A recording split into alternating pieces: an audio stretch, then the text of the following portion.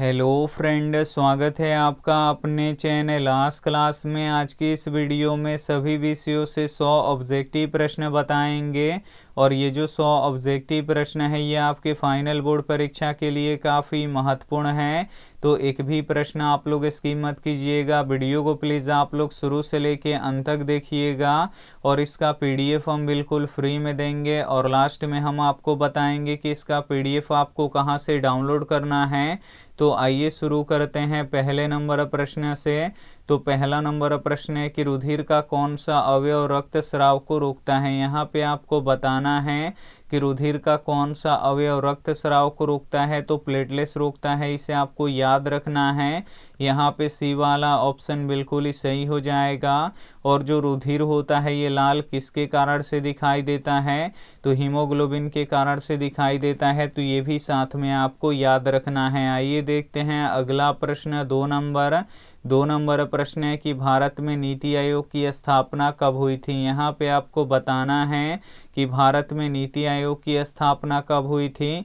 तो 2015 में हुई थी। यहाँ पे सी वाला ऑप्शन बिल्कुल ही सही हो जाएगा। और नीति आयोग का पुराना नाम क्या है, तो योजना आयोग है। तो ये भी साथ में आपको याद रखना है। आइए देखते हैं अगला प्रश्न। 3 नंबर प्रश्न है कि प्रेमधन का जन्म कहाँ हुआ था। यहाँ पे आपको बताना है कि प्रेमधन का जन्म कहाँ पे हुआ था, तो मिर्ज़ापुर में हुआ था। यहाँ पे सी वाला ऑप्शन बिल्कुल ही सही हो जाएगा। और मिर्ज़ापुर कहाँ पे है, तो उत्तर प्रदेश में है। तो ये भी साथ में आपको याद रखना है। आइए देखते हैं अगला प्रश्न। 4 नंबर प्रश्न है कि स्वामी दयानंद मूर्ति पूजा के थे। यहाँ पे आपको बताना है कि स्वामी दयानंद मूर्ति पूजा के क्या थे, तो विरोधी थे। इसे आपको याद रखना है। यहाँ पे बी वाला ऑप्शन बिल्कुल ही सही हो जाएगा। आइए देखते हैं अगला प्रश्न। 5 नंबर प्रश्न है कि दो वृत्तों की त्रिज्याओं का अनुपात 2:3 है, तो उनके क्षेत्रफलों का अनुपात क्या होगा। काफ़ी महत्वपूर्ण प्रश्न है। यहाँ पे दो वृत्तों के त्रिज्याओं का अनुपात 2:3 दिया है और बोल रहा है कि इनके क्षेत्रफलों का अनुपात क्या होगा। तो जब भी त्रिज्याओं का अनुपात दिया रहे और आपसे पूछे कि क्षेत्रफलों का अनुपात क्या होगा, तो आपको त्रिज्याओं का अनुपात का स्क्वायर कर देना है। तो 2 का स्क्वायर 4 हो जाएगा और 3 का स्क्वायर 9 हो जाएगा। तो क्षेत्रफलों का अनुपात कितना निकल गया, 4:9 निकल गया। यहाँ पे बी वाला ऑप्शन बिल्कुल ही सही हो जाएगा। आइए देखते हैं अगला प्रश्न। 6 नंबर प्रश्न है कि वास्तविक प्रतिबिंब हमेशा कैसा बनता है। यहाँ पे आपको बताना है कि वास्तविक प्रतिबिंब हमेशा कैसा बनता है, तो उल्टा बनता है। यहाँ पे बी वाला ऑप्शन बिल्कुल ही सही हो जाएगा। और जो काल्पनिक प्रतिबिंब होता है ये हमेशा सीधा बनता है। तो ये भी साथ में आपको याद रखना है। आइए देखते हैं अगला प्रश्न। 7 नंबर प्रश्न है कि बिहार के विकास में सबसे बड़ी बाधा क्या है। यहाँ पे आपको बताना है कि बिहार के विकास में सबसे बड़ी बाधा क्या है, तो अशिक्षा है। इसे आपको याद रखना है। यहाँ पे ए वाला ऑप्शन बिल्कुल ही सही हो जाएगा। आइए देखते हैं अगला प्रश्न। 8 नंबर प्रश्न है कि लौट कर आऊँगा फिर कविता में कवि कहाँ लौटने की बात करता है। यहाँ पे आपको बताना है कि लौट कर आऊँगा फिर कविता में कवि कहाँ लौटने की बात करता है, तो बंगाल में लौटने की बात करता है। यहाँ पे बी वाला ऑप्शन बिल्कुल ही सही हो जाएगा। और लौट कर आऊँगा फिर कविता किसने लिखा है, तो जीवानंद दास जी ने लिखा है। तो ये भी साथ में आपको याद रखना है। आइए देखते हैं अगला प्रश्न। 9 नंबर प्रश्न है कि महान से भी महान कौन है। यहाँ पे आपको बताना है कि महान से भी महान कौन है, तो महान से भी महान आत्मा है। इसे आपको याद रखना है। यहाँ पे ए वाला ऑप्शन बिल्कुल ही सही हो जाएगा। आइए देखते हैं अगला प्रश्न। 10 नंबर प्रश्न है कि AP 2, 4, 6, 8 डॉट डॉट का सार व अंतर निकालें। यहाँ पे जो ये AP दिया हुआ है इसका सार व अंतर निकालना है। और सार व अंतर को किससे सूचित किया जाता है, तो डी से सूचित किया जाता है। और डी कैसे निकलता है, तो दूसरे पद में से पहले पद को घटाना पड़ता है। तो ये पहला पद हुआ, ये दूसरा पद हुआ। तो यहाँ पे आपको दूसरे पद में से पहले पद को घटाना है। तो दूसरा पद कितना है, 4 है। और पहला पद कितना है, 2 है। बस इसे आप लोग घटा लीजिए। 4 में से 2 घटेगा तो कितना बचेगा, 2 बचेगा। तो हमारा सार व अंतर कितना निकल गया, 2 निकल गया। यहाँ पे ए वाला ऑप्शन बिल्कुल ही सही हो जाएगा। आइए देखते हैं अगला प्रश्न। 11 नंबर 11 नंबर प्रश्न है कि बिजली की घंटी किस सिद्धांत पे कार्य करता है। यहाँ पे आपको बताना है कि बिजली की घंटी किस सिद्धांत पे कार्य करता है, तो चुंबकीय प्रभाव के सिद्धांत पे कार्य करता है। यहाँ पे बी वाला ऑप्शन बिल्कुल ही सही हो जाएगा।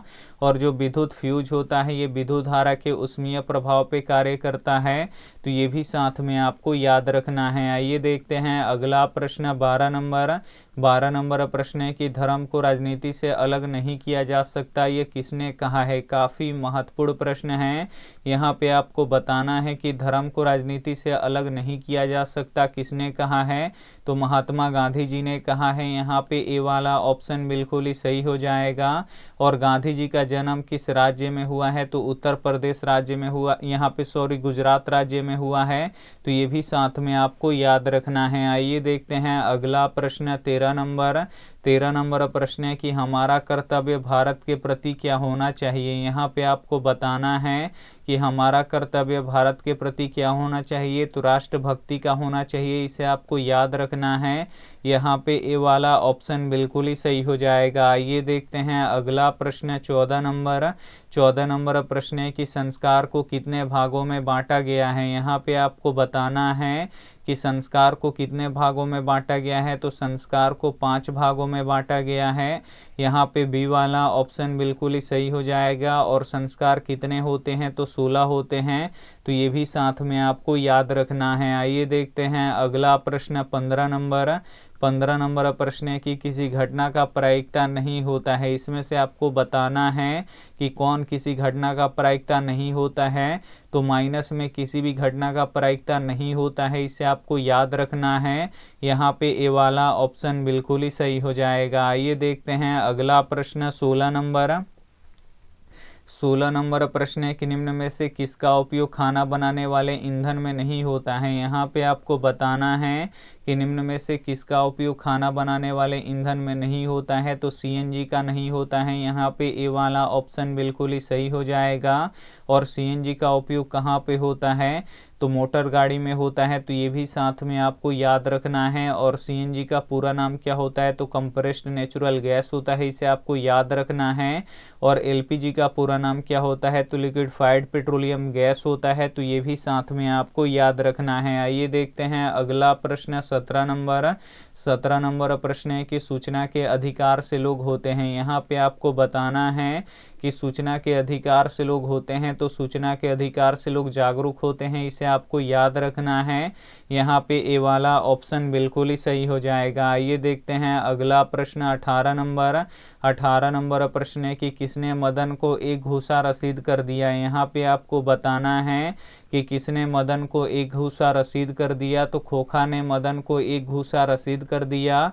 यहाँ पे सी वाला ऑप्शन बिल्कुल ही सही हो जाएगा। आइए देखते हैं अगला प्रश्न 19 नंबर प्रश्न है कि सत्यार्थ प्रकाश नामक ग्रंथ किसने लिखा है। यहाँ पे आपको बताना है कि सत्यार्थ प्रकाश नामक ग्रंथ किसने लिखा है, तो स्वामी दयानंद ने लिखा है। यहाँ पे ए वाला ऑप्शन बिल्कुल ही सही हो जाएगा। आइए देखते हैं अगला प्रश्न 20 नंबर प्रश्न है कि सभी वर्ग होते हैं। यहाँ पे आपको बताना है कि सभी वर्ग होते हैं, तो सभी वर्ग समरूप होते हैं क्योंकि यह देखने में एक जैसे लगते हैं, तो यहाँ पे ए वाला ऑप्शन बिल्कुल ही सही हो जाएगा। आइए देखते हैं अगला प्रश्न 21 नंबर प्रश्न है कि चुंबकीय क्षेत्र रेखाएं कैसी होती हैं। यहाँ पे आपको बताना है कि चुंबकीय क्षेत्र रेखाएं कैसी होती हैं, तो काल्पनिक होती हैं। यहाँ पे ए वाला ऑप्शन बिल्कुल ही सही हो जाएगा।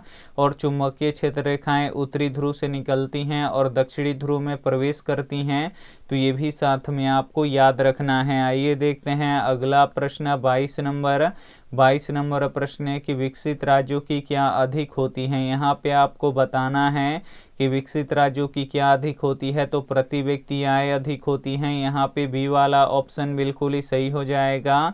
और एक प्रश्न ये भी पूछा जाता है कि भारत की किस राज्य की प्रति व्यक्ति आय अधिक है, तो गोवा की प्रति व्यक्ति आय सबसे अधिक है, तो ये भी साथ में आपको याद रखना है। आइए देखते हैं अगला प्रश्न 23 नंबर प्रश्न है कि स्वर्णबिल गोला स्थान का संबंध किससे है। यहाँ पे आपको बताना है कि स्वर्णबिल गोला स्थान का संबंध किससे है, तो जैन धर्म से है, इसे आपको याद रखना है।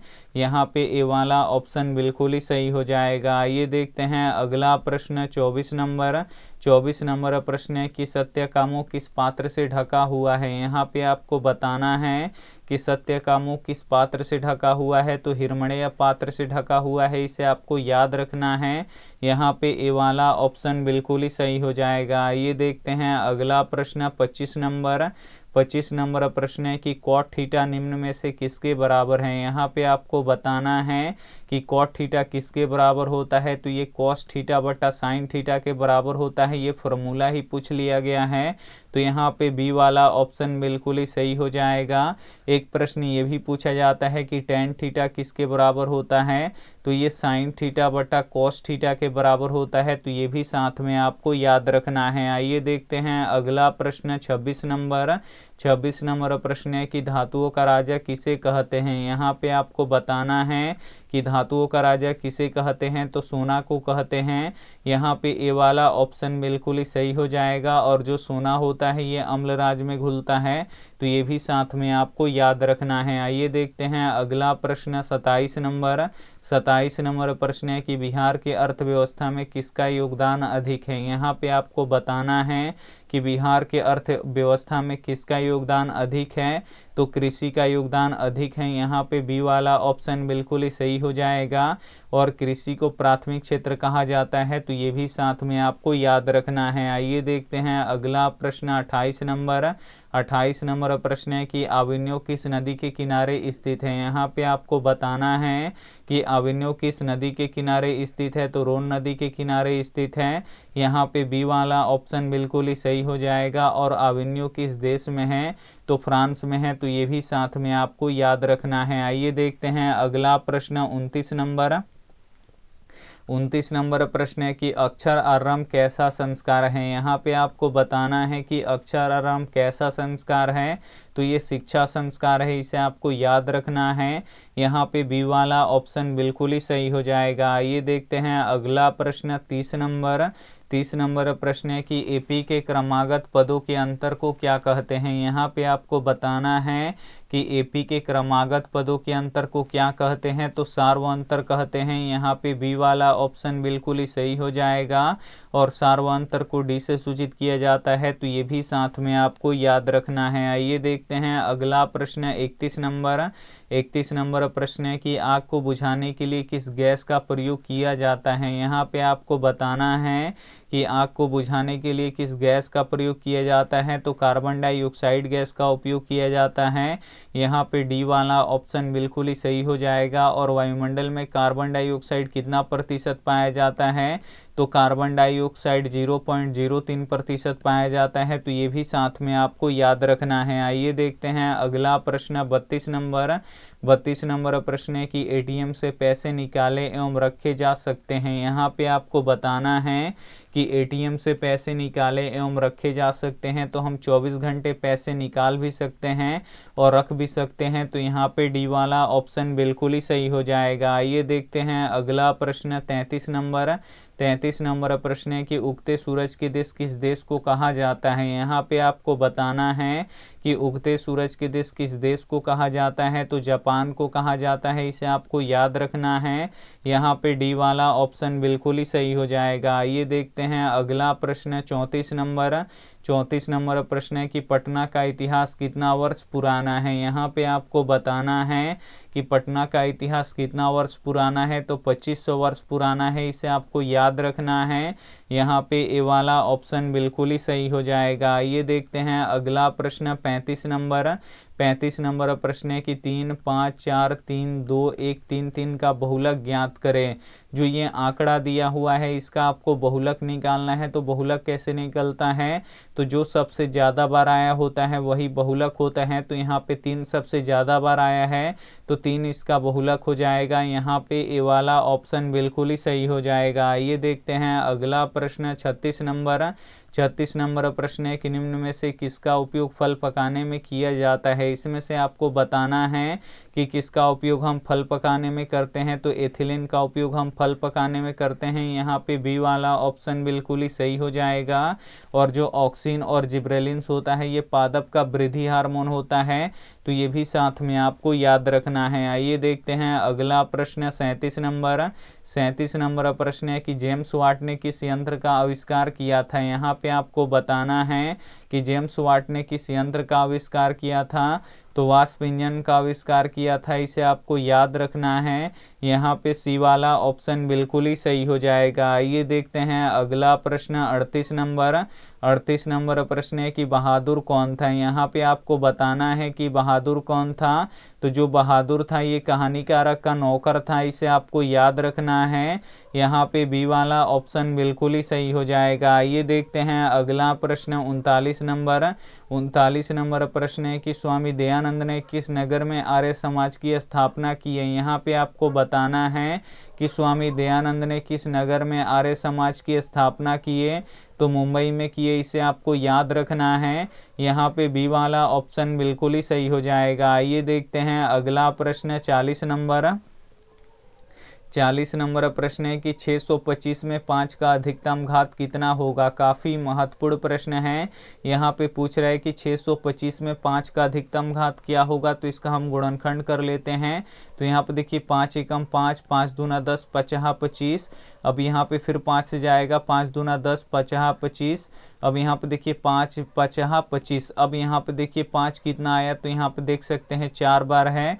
तो यहाँ पे हम लिख सकते हैं 5 की पावर 4। तो यहाँ पे पूछ रहा है कि 5 का अधिकतम घात कितना होगा, तो 4 होगा।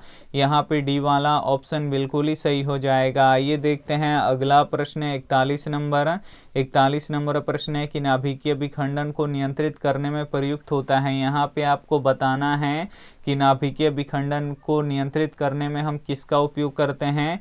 तो कैडमियम के छड़ का प्रयोग करते हैं, इसे आपको याद रखना है। यहाँ पे सी वाला ऑप्शन बिल्कुल ही सही हो जाएगा। आइए देखते हैं अगला प्रश्न 42 नंबर प्रश्न है कि नरोत्तम सिंहाणु कहाँ के शासक थे। यहाँ पे आपको बताना है कि नरोत्तम सिंहाणु कहाँ के शासक थे। तो कंबोडिया के शासक थे। यहाँ पे सी वाला ऑप्शन बिल्कुल ही सही हो जाएगा। और जो कंबोडिया में जो मंदिर है अंकोर वाट का मंदिर कहाँ पे स्थित है, तो कंबोडिया में स्थित है।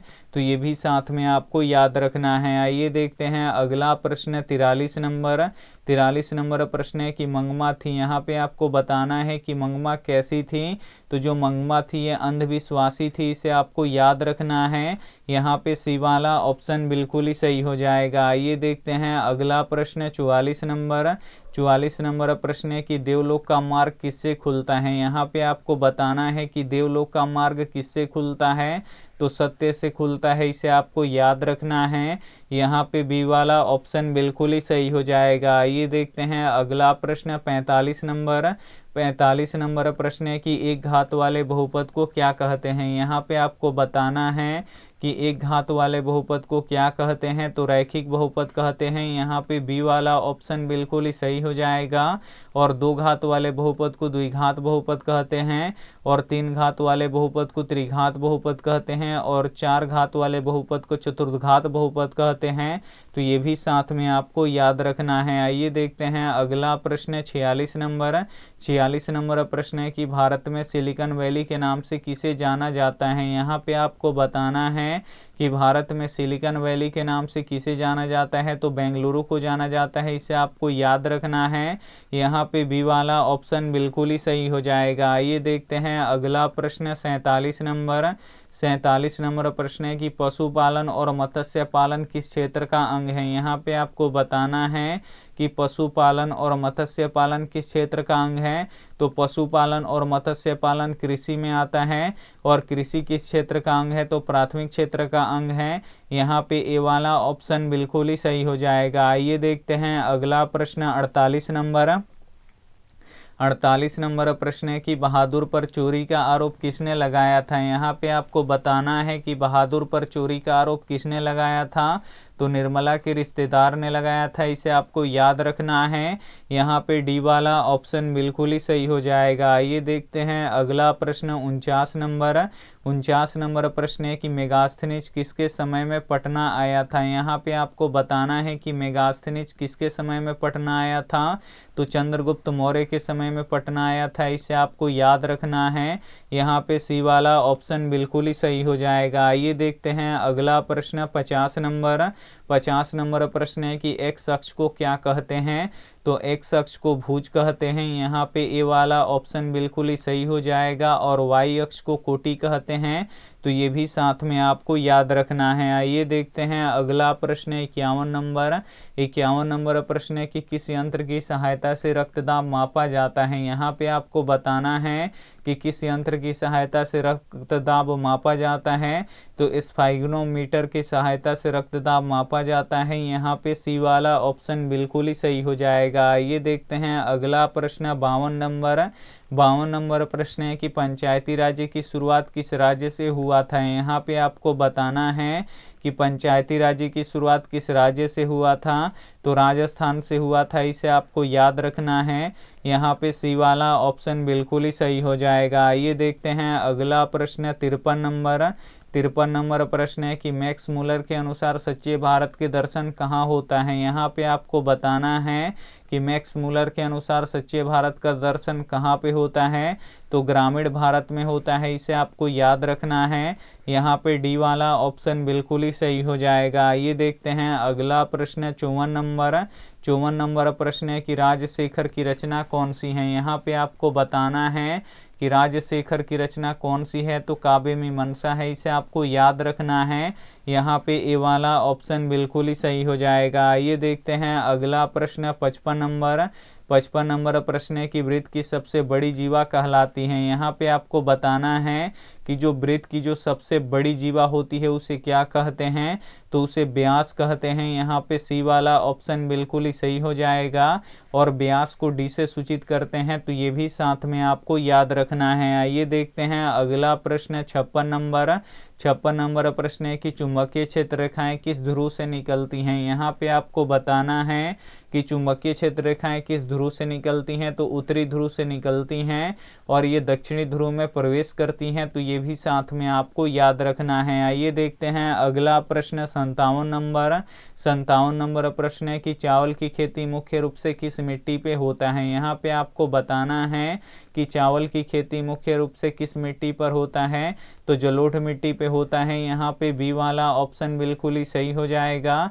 और भारत में सबसे अधिक कौन सी मिट्टी पाई जाती है, तो जलोढ़ मिट्टी पाई जाती है, तो ये भी साथ में आपको याद रखना है। आइए देखते हैं अगला प्रश्न 58 नंबर प्रश्न है कि द्वितीय विश्व युद्ध में परमाणु बम किस देश पे गिराया गया। यहाँ पे आपको बताना है कि द्वितीय विश्व युद्ध में परमाणु बम किस देश पर गिराया गया, तो जापान पर गिराया गया। यहाँ पे ए वाला ऑप्शन बिल्कुल ही सही हो जाएगा। और किस देश ने गिराया, तो अमेरिका ने गिराया, तो ये भी साथ में आपको याद रखना है। आइए देखते हैं अगला प्रश्न 59 नंबर प्रश्न है कि पटना नगर की पालिका देवी कौन है। यहाँ पे आपको बताना है कि पटना नगर की पालिका देवी कौन है, तो पटन देवी हैं। यहाँ पे सी वाला ऑप्शन बिल्कुल ही सही हो जाएगा। आइए देखते हैं अगला प्रश्न 60 नंबर प्रश्न है कि त्रिघात बहुपद का व्यापक रूप इनमें से कौन सा है। यहाँ पे आपको बताना है कि त्रिघात बहुपद का व्यापक रूप क्या होता है, तो ये होता है ax³ + bx² + cx + d होता है, इसे आपको याद रखना है। यहाँ पे डी वाला ऑप्शन बिल्कुल ही सही हो जाएगा।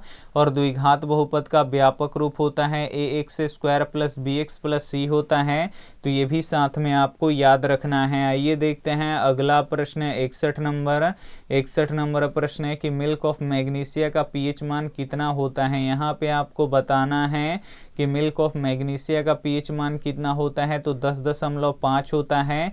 यहाँ पे डी वाला ऑप्शन बिल्कुल ही सही हो जाएगा। और मिल्क ऑफ मैग्नीशिया क्षारीय होता है, तो ये भी साथ में आपको याद रखना है। आइए देखते हैं अगला प्रश्न 62 नंबर प्रश्न है कि रॉलेट एक्ट कानून किस उद्देश्य से लाया गया था। यहाँ पे आपको बताना है कि रॉलेट एक्ट कानून किस उद्देश्य से लाया गया था, तो क्रांतिकारी गतिविधियों को रोकने के लिए लाया गया था, इसे आपको याद रखना है। यहाँ पे सी वाला ऑप्शन बिल्कुल ही सही हो जाएगा। आइए देखते हैं अगला प्रश्न 63 नंबर प्रश्न है कि बिरजू महाराज का संबंध किससे है। यहाँ पे आपको बताना है कि बिरजू महाराज का संबंध किससे है, तो कथक नृत्य से है, इसे आपको याद रखना है। यहाँ पे सी वाला ऑप्शन बिल्कुल ही सही हो जाएगा। और बिरजू महाराज का जन्म कहाँ पे हुआ था, तो लखनऊ में हुआ था, तो ये भी साथ में आपको याद रखना है। आइए देखते हैं अगला प्रश्न 64 नंबर प्रश्न है कि कौन लोभ से आकर्षित हुआ। यहाँ पे आपको बताना है कि कौन लोभ से आकर्षित हुआ, तो जो पथिक था ये लोभ से आकर्षित हुआ, इसे आपको याद रखना है। यहाँ पे सी वाला ऑप्शन बिल्कुल ही सही हो जाएगा। आइए देखते हैं अगला प्रश्न 65 नंबर प्रश्न है कि वर्ग अंतराल 30-60 का वर्ग चिन्ह ज्ञात करें। यहाँ पे वर्ग अंतराल दिया हुआ है और इसका वर्ग चिन्ह ज्ञात करना है। तो पहला होता है निम्न सीमा और दूसरा होता है उच्च सीमा। तो वर्ग चिन्ह कैसे निकाला जाता है, तो निम्न सीमा और उच्च सीमा दोनों को जोड़ के इसमें 2 से भाग लगा दिया जाता है। तो हम यहाँ पे इसका वर्ग चिन्ह निकाल रहे हैं। सबसे पहले आपको लिखना है निम्न सीमा, उसके बाद आपको लिखना है उच्च सीमा। ये निम्न सीमा है और ये उच्च सीमा है, और दोनों को जोड़ देना है और 2 से भाग लगा देना है। तो 30 और 60 जोड़ेंगे तो 90/2, और 2 से 90 कितना बार में कटेगा, 45 बार में कटेगा। तो हमारा वर्ग चिन्ह कितना निकल गया, 45 निकल गया। यहाँ पे सी वाला ऑप्शन बिल्कुल ही सही हो जाएगा। आइए देखते हैं अगला प्रश्न 66 नंबर प्रश्न है कि विशिष्ट प्रतिरोध का एसआई मात्रक क्या होता है। यहाँ पे आपको बताना है कि विशिष्ट प्रतिरोध का एसआई मात्रक क्या होता है, तो ओम मीटर होता है। यहाँ पे बी वाला ऑप्शन बिल्कुल ही सही हो जाएगा। और प्रतिरोध का एसआई मात्रक क्या होता है, तो ओम होता है, तो ये भी साथ में आपको याद रखना है। आइए देखते हैं अगला प्रश्न 67 नंबर प्रश्न है कि चीनी किस देश में सबसे अधिक होता है। यहाँ पे आपको बताना है कि चीनी किस देश में सबसे अधिक होता है, तो ब्राजील में सबसे अधिक होता है। यहाँ पे डी वाला ऑप्शन बिल्कुल ही सही हो जाएगा। और एक प्रश्न ये भी पूछा जाता है कि भारत के किस राज्य में चीनी सबसे अधिक होता है, तो उत्तर प्रदेश में चीनी सबसे अधिक होता है, तो ये भी साथ में आपको याद रखना है। आइए देखते हैं अगला प्रश्न 68 नंबर प्रश्न है कि दही वाली मंगमा कहानी का मुख्य पात्र कौन है। यहाँ पे आपको बताना है कि दही वाली मंगमा कहानी का मुख्य पात्र कौन है, तो मंगमा है, इसे आपको याद रखना है। यहाँ पे बी वाला ऑप्शन बिल्कुल ही सही हो जाएगा। आइए देखते हैं अगला प्रश्न 69 नंबर प्रश्न है कि सिख संप्रदाय के 10वें गुरु कौन है। यहाँ पे आपको बताना है कि सिख संप्रदाय के 10वें गुरु कौन है, तो गुरु गोविंद सिंह है, इन्हें आपको याद रखना है। यहाँ पे ए वाला ऑप्शन बिल्कुल ही सही हो जाएगा। और सिख संप्रदाय के पहले गुरु कौन है, तो गुरु नानक देव हैं, तो ये भी साथ में आपको याद रखना है। आइए देखते हैं अगला प्रश्न 70 नंबर प्रश्न है कि पादप खाने वाले जीव को क्या कहते हैं, तो पेड़ पौधे को खाने वाले जीव को शाकाहारी कहते हैं। यहाँ पे ए वाला ऑप्शन बिल्कुल ही सही हो जाएगा। आइए देखते हैं अगला प्रश्न 71 नंबर प्रश्न है कि राष्ट्रीय ग्रामीण विकास संस्था कहाँ स्थित है। यहाँ पे आपको बताना है कि राष्ट्रीय ग्रामीण विकास संस्था कहाँ पे स्थित है, तो हैदराबाद में स्थित है। यहाँ पे बी वाला ऑप्शन बिल्कुल ही सही हो जाएगा। आइए देखते हैं अगला प्रश्न 72 नंबर प्रश्न है कि सवाल किस चीज़ का है। यहाँ पे आपको बताना है कि सवाल किस चीज़ का है, तो सवाल रोटी का है, इसे आपको याद रखना है। यहाँ पे ए वाला ऑप्शन बिल्कुल ही सही हो जाएगा। आइए देखते हैं अगला प्रश्न 73 नंबर प्रश्न है कि स्वामी दयानंद के माता पिता किसके उपासक थे। यहाँ पे आपको बताना है कि स्वामी दयानंद के माता पिता किसके उपासक थे, तो भगवान शिव के उपासक थे, इसे आपको याद रखना है। यहाँ पे ए वाला ऑप्शन बिल्कुल ही सही हो जाएगा। आइए देखते हैं अगला प्रश्न 74 नंबर प्रश्न है कि 24, 15, 22, 13, 9, 10, 30 का परिसर ज्ञात करें। यहाँ पे परिसर निकालना है, तो परिसर कैसे निकलता है, तो सबसे बड़ी संख्या में से सबसे छोटी संख्या घटा लेते हैं। तो इसमें आपको देखना पड़ेगा कि सबसे बड़ी संख्या कौन है, तो सबसे बड़ी संख्या 30 है। और सबसे इसमें छोटी संख्या कौन है, 9 है, तो यहाँ पे लिख देंगे 9। 30 में से 9 घटेगा तो कितना बचेगा, 21 बचेगा, तो इसका परिसर 21 निकल गया। यहाँ पे डी वाला ऑप्शन बिल्कुल ही सही हो जाएगा। आइए देखते हैं अगला प्रश्न 75 75 नंबर प्रश्न है कि इनमें से कौन ऑक्सीजन का वाहक है। इसमें से आपको बताना है कि कौन ऑक्सीजन का वाहक है। तो जो हीमोग्लोबिन होता है ये ऑक्सीजन का वाहक होता है। यहाँ पे सी वाला ऑप्शन बिल्कुल ही सही हो जाएगा। ये देखते हैं अगला प्रश्न 76 नंबर प्रश्न है कि महात्मा गांधी किस पत्रिका का संपादन किए थे। यहाँ पे आपको बताना है कि महात्मा गांधी किस पत्रिका का संपादन किए थे। तो हरिजन पत्रिका का संपादन किए थे, इसे आपको याद रखना है। यहाँ पे बी वाला ऑप्शन बिल्कुल ही सही हो जाएगा। ये देखते हैं अगला प्रश्न 77 नंबर प्रश्न है कि दूसरों के इशारों पर भटकने वाले लोगों को क्या कहते हैं। यहाँ पे आपको बताना है कि दूसरों के इशारों पर भटकने वाले लोगों को क्या कहते हैं। तो मूढ़ लोग कहते हैं, इसे आपको याद रखना है। यहाँ पे बी वाला ऑप्शन बिल्कुल ही सही हो जाएगा। ये देखते हैं अगला प्रश्न 78 नंबर प्रश्न है कि मंगलम पाठ कहाँ से संकलित है। यहाँ पे आपको बताना है कि मंगलम पाठ कहाँ से संकलित है। तो उपनिषद से संकलित है। यहाँ पे सी वाला ऑप्शन बिल्कुल ही सही हो जाएगा। ये देखते हैं अगला प्रश्न 79 नंबर प्रश्न है कि मछली का श्वसन अंग होता है। यहाँ पे आपको बताना है कि मछली का श्वसन होता है तो जल में घुले ऑक्सीजन से होता है, इसे आपको याद रखना है। यहाँ पे ए वाला ऑप्शन बिल्कुल ही सही हो जाएगा। और मछली किस अंग से श्वसन करती है, तो गिल्स से करती है, तो ये भी साथ में आपको याद रखना है। ये देखते हैं अगला प्रश्न 80 नंबर प्रश्न है कि राजेंद्र प्रसाद का जन्म किस जिला में हुआ था। यहाँ पे आपको बताना है कि राजेंद्र प्रसाद का जन्म किस जिला में हुआ था। तो सीवान जिला में हुआ था, इसे आपको याद रखना है। यहाँ पे ए वाला ऑप्शन बिल्कुल ही सही हो जाएगा। ये देखते हैं अगला प्रश्न 81 नंबर प्रश्न है कि बहादुर कहाँ का रहने वाला था। यहाँ पे आपको बताना है कि बहादुर कहाँ का रहने वाला था। तो बहादुर नेपाल का रहने वाला था। यहाँ पे सी वाला ऑप्शन बिल्कुल ही सही हो जाएगा। ये देखते हैं अगला प्रश्न 82 नंबर प्रश्न है कि कन्यादान किस संस्कार में होता है। यहाँ पे आपको बताना है कि कन्यादान किस संस्कार में होता है। तो विवाह संस्कार में होता है। यहाँ पे सी वाला ऑप्शन बिल्कुल ही सही हो जाएगा। ये देखते हैं अगला प्रश्न 83 नंबर प्रश्न है कि रतौंधी किस विटामिन के कारण से होता है। यहाँ पे आपको बताना है कि रतौंधी किस विटामिन के कारण से होता है। तो विटामिन ए के कमी के कारण से होता है रतौंधी, इसे आपको याद रखना है। यहाँ पे ए वाला ऑप्शन बिल्कुल ही सही हो जाएगा। ये देखते हैं अगला प्रश्न 84 नंबर प्रश्न है कि मानव पूंजी का प्रमुख घटक क्या है। यहाँ पे आपको बताना है कि मानव पूंजी का प्रमुख घटक क्या है। तो ज्ञान, कौशल, अनुभव, ये तीनों है, इसे आपको याद रखना है।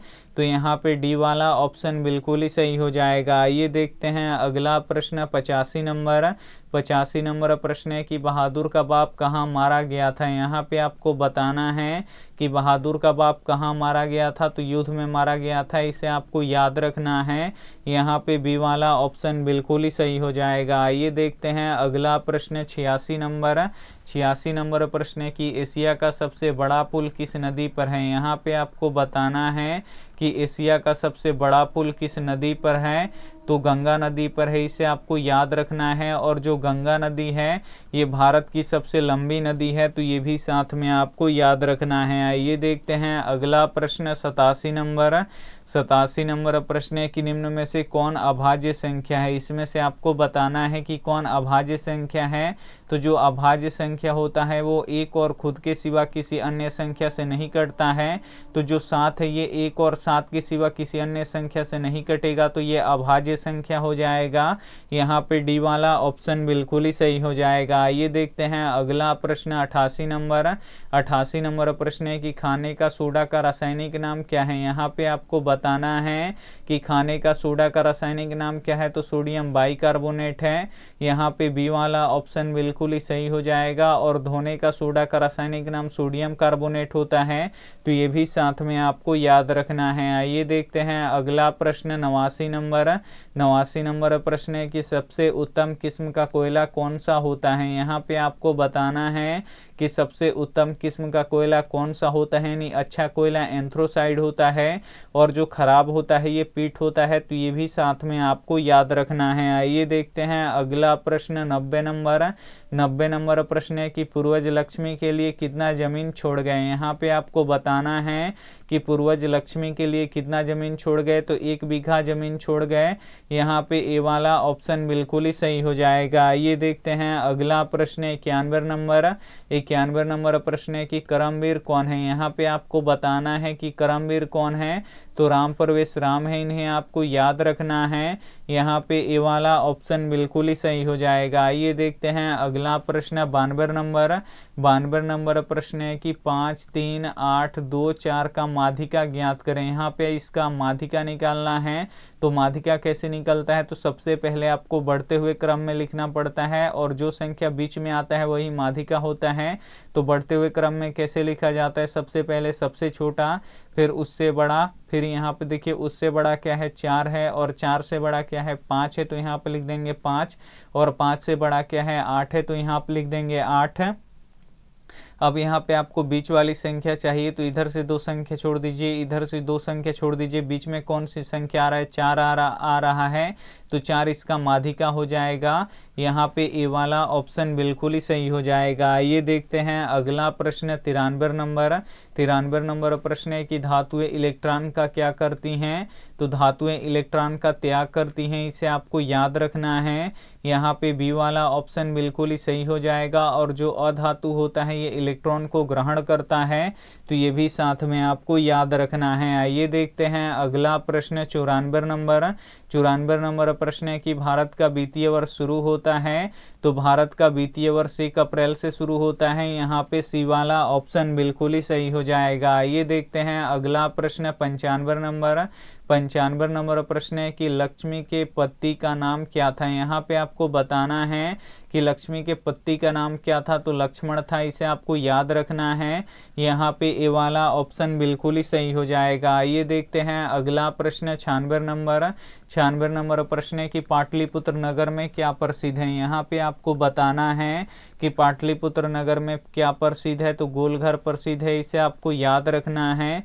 यहाँ पे बी वाला ऑप्शन बिल्कुल ही सही हो जाएगा। आइए देखते हैं अगला प्रश्न 97 नंबर प्रश्न है कि काला हीरा किसे कहा जाता है। तो काला हीरा कोयला को कहा जाता है, इसे आपको याद रखना है।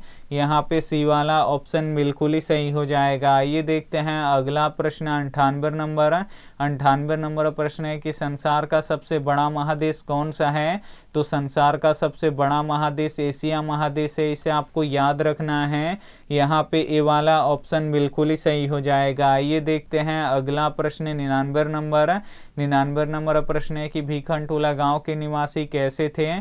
तो धन विहीन थे, शिक्षा विहीन भी थे और कठिनाई से जीवन यापन करने वाले थे, यानी इनमें से तीनों थे।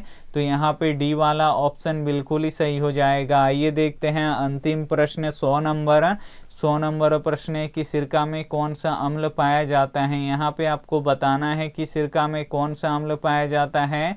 तो एसिडिक अम्ल पाया जाता है। यहाँ पे सी वाला ऑप्शन बिल्कुल ही सही हो जाएगा।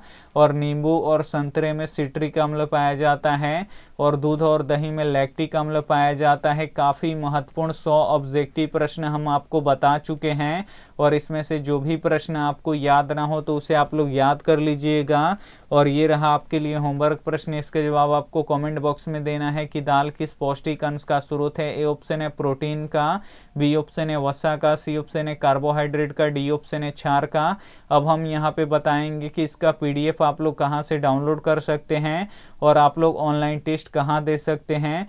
तो सभी के फ़ोन में होता है क्रोम, तो उस क्रोम को आपको क्या करना है, ओपन कर लेना है। इस सर्च बॉक्स में आपको लिखना है आज क्लास, तो हम यहाँ पे लिख देते हैं ASK और फिर आपको लिखना है CLASS। यहाँ पे आपको आज क्लास लिख के सर्च कर देना है। जैसे ही सर्च कीजिएगा यहाँ पे आज क्लास लिखा हुआ आ जाएगा, इसी पे आपको क्लिक करना है। और जैसे ही क्लिक कीजिएगा यहाँ से आप लोग टेस्ट दे सकते हैं, टेस्ट पे क्लिक कीजिए और यहाँ पे बहुत सारा टेस्ट है, यहाँ पे आप लोग टेस्ट दे सकते हैं और अपनी तैयारी को आप लोग जांच सकते हैं। तो टेस्ट आप लोग ज़रूर दीजिए। और यहाँ पे लिखा हुआ है डाउनलोड पीडीएफ, तो इस पर आपको क्लिक करना है और यहाँ पे सब्जेक्टिव ऑब्जेक्टिव जितना भी पढ़ाते हैं उसका पीडीएफ यहाँ पर रहता है। तो यहाँ से आप लोग पीडीएफ इसका डाउनलोड कर सकते हैं और इसका पीडीएफ हम जस्ट 2 मिनट में जैसे ही क्लास ख़त्म होता है अपडेट कर देंगे, तो आप लोग डाउनलोड कर लीजिएगा। Thank you for watching. मिलते हैं अगले वीडियो में, तब तक अपना ध्यान रखिए, मन लगा के पढ़ाई कीजिए। Take care and bye.